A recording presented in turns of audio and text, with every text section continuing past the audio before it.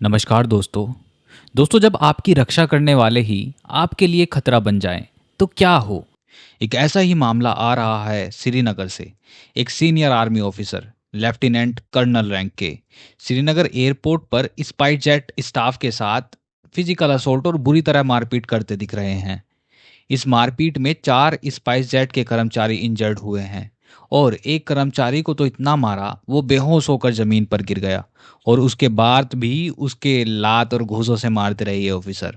आज हम इस केस के बारे में पूरी डिटेल में बात करेंगे। क्या हुआ, क्यों हुआ और इसका क्या इम्पैक्ट होगा। आर्मी का इस पर पूरे मामले पर क्या रिस्पॉन्स है। मेरा नाम है कुंवर और स्वागत है आपका द बुलेटिन वर्ल्ड पर। अब देख लेते हैं व्हाट एग्जैक्टली हैपेंड। दोस्तों, ये बात 26 जुलाई की है, जब श्रीनगर इंटरनेशनल एयरपोर्ट पर एक लेफ्टिनेंट कर्नल पहुंचते हैं जिनका नाम रितेश कुमार सिंह बताया जा रहा है। और उनको फ्लाई करना था Srinagar to Delhi by flight SpiceJet SG-386। अब चेक इन करते टाइम इनके पास 2 बैगेजेस थे जिनका जो टोटल वेट था वो 16 kg था। But as per aviation guideline, अगर आपका जो बैगेज का वेट है वो 7 kg से ज़्यादा एक्सीड करता है तो आपको एक्सेस वेट के पैसे देने पड़ेंगे। जब स्पाइस जेट के ग्राउंड स्टाफ ने इन ऑफिसर को एक्स्ट्रा बैगेज के चार्जेस पे करने के बारे में बताया और जब इनसे पैसे देने के लिए बोला गया तो ये जनाब गुस्सा हो गए, और गुस्सा इतने हो गए कि बिना पैसे दिए ही बोर्डिंग ब्रिज में फोर्सफुली जाकर घुस गए विदाउट कंप्लीटिंग बोर्डिंग फॉर्मेलिटीज। और जब CISF ऑफिशियल्स ने इन्हें वापस गेट पर लेकर आए तो बात हाथापाई तक पहुंच गई। और ये कोई देखो छोटी मोटी फाइट नहीं थी।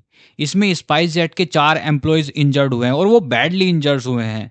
एक को स्पाइनल फ्रैक्चर हुआ है और दूसरे के जॉ फ्रैक्चर हुआ है।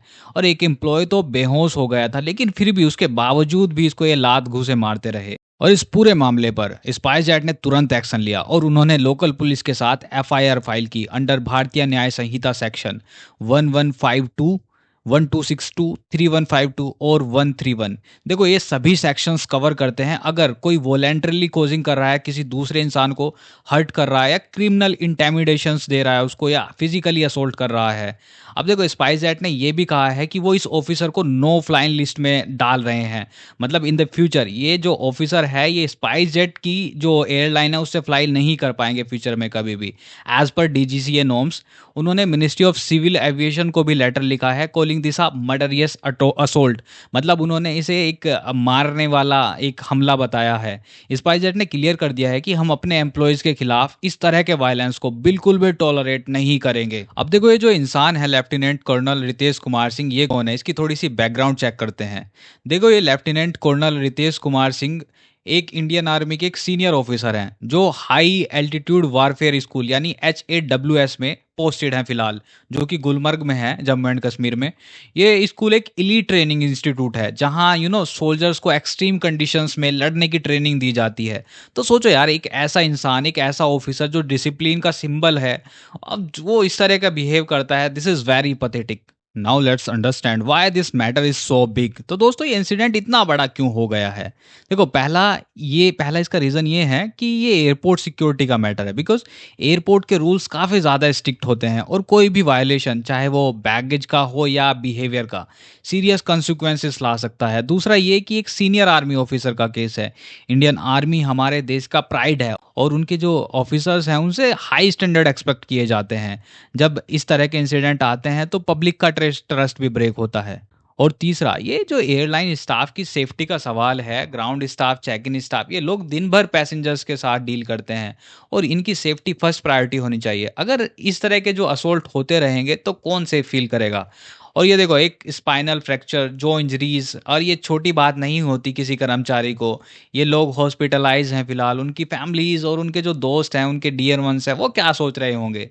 देखो, अब इस पूरे मामले पर इंडियन आर्मी का भी रेस्पॉन्स आया है और उन्होंने एक ऑफिशियली स्टेटमेंट रिलीज किया है जिसमें कहा गया है, we are aware of the incident and we are fully cooperating with the authorities. और आर्मी ने यह भी बोला है कि वो डिसिप्लिनरी और म्यूचुअल रेस्पेक्ट के लिए कमिटेड हैं। और देखो, ये मैटर अब इतना बढ़ गया है कि इसको सब सीरियसली ले रहे हैं।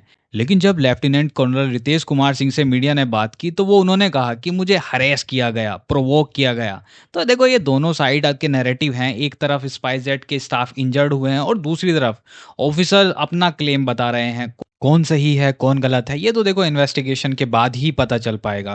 देखो पुलिस ने अपनी इन्वेस्टिगेशन शुरू कर दी है और सीसीटीवी फुटेज भी रिकवर की जा चुकी हैं एयरपोर्ट से। और देखिए, और एक बात तो क्लियर है, वायलेंस चाहे कोई भी करे किसी भी तरह से करे वो अनएक्सेप्टेबल है। हम फॉलो कर रहे हैं इस न्यूज़ को, आगे इस केस में जो भी होगा आपके लिए अपडेट लाते रहेंगे। अगर आपको ये वीडियो पसंद आई हो तो लाइक कमेंट और चैनल को सब्सक्राइब कर लीजिए। इस केस में जो भी होगा हम आपको ज़रूर बताएंगे। और हाँ, जाने से पहले इस एमसीक्यू को अटैम्प्ट कर लीजिए। पेट्रोलियम एवं प्राकृतिक गैस मंत्रालय द्वारा शुरू की गई अपना घर पहल का मुख्य उद्देश्य क्या है? ट्रक चालकों के लिए किफ़ायती आवास उपलब्ध कराना। बी, राजमार्गों पर ट्रक चालकों के लिए स्वच्छ और सुरक्षित विश्राम स्थल उपलब्ध कराना। सी, ट्रक चालकों के लिए इलेक्ट्रिक वाहनों को बढ़ावा देना। डी, लंबी दूरी के ट्रक चालकों के लिए ईंधन स्टेशन स्थापित करना। Thank you for watching this video. मिलते हैं आपसे अगली वीडियो में, तब तक के लिए स्टे क्यूरियस, स्टे सेफ। जय हिंद।